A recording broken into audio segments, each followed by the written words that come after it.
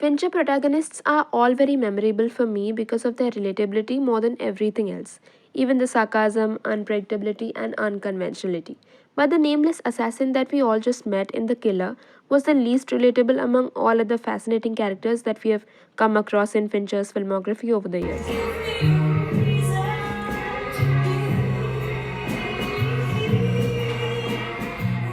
Hello, Cinefam, and welcome to my review of The Killer. David Fincher has been acing his A game as a director since the last 3 decades. Well, I absolutely love his films, and he's allowed to call me a perv or anything he wants, but I don't plan on changing my opinion anytime soon. Now, his 12th film as a director just dropped on Netflix, and I was dying to watch it since the trailer looked so damn slick and sharp, but the film turned out to be very unexpected. Where do I start? Okay, let's begin from the beginning. The film starts off with a long narration by Michael Fassbender, and not much happens in the first 10 minutes. We just go through the daily routine of an assassin until something unusual happens, so you wait for that to happen, don't leave faith too soon.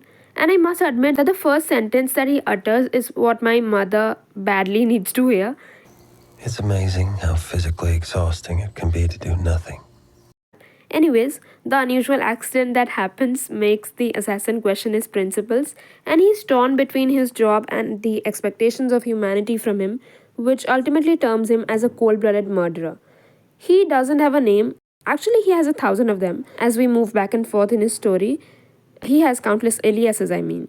But that's not remotely the reason why he feels so distant. It's because of the fact that whenever you feel just a sliver of hope that he might have some mercy left in him, he will time and again disappoint you by standing like a rock by his principles. Forbid empathy. Empathy is weakness.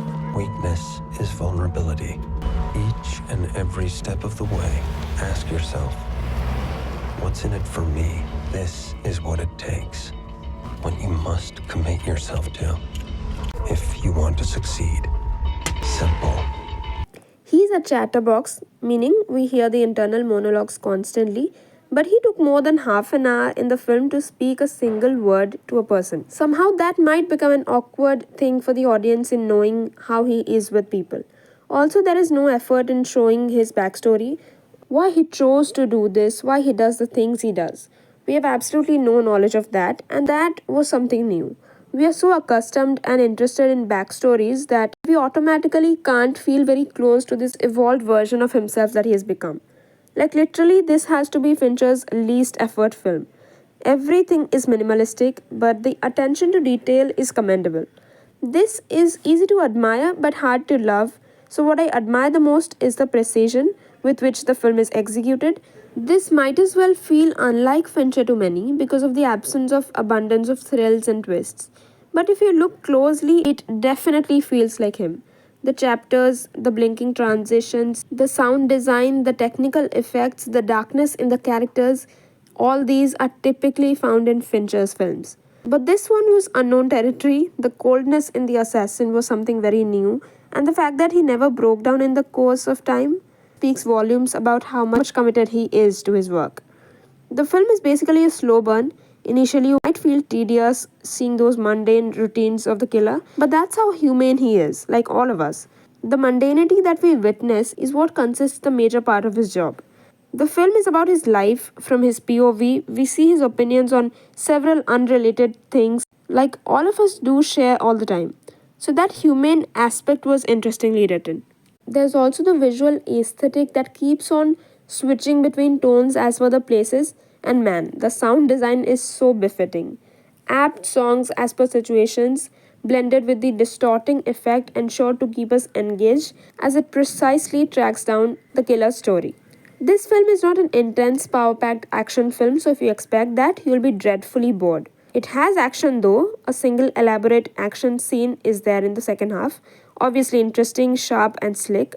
Lovely to watch. But do you know what was more lovely?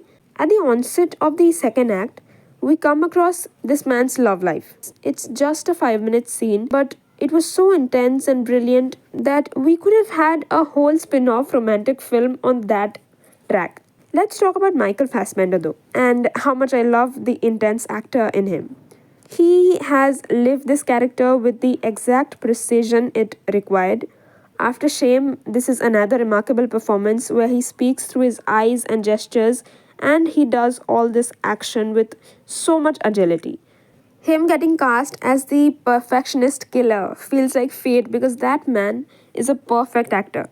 Similarly, Tilda Swinton just comes for one scene only to meet the usual fate as most people in the film, but those 10 minutes before the climax, she ate those up.